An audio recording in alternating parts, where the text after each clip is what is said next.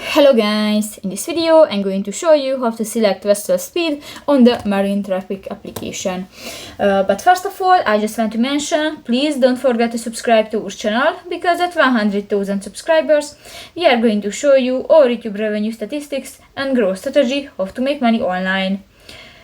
But first of all, open the application on your device. So there's the home screen and you can find different buttons.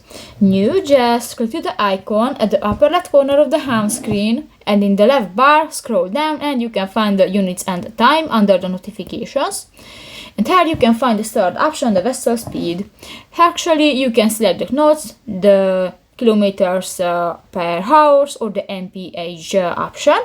If you want to select, for example, the second, just click that and that's it. In the reality, so simple. So that's pretty much it for this video, guys. See you in the next one. Bye bye.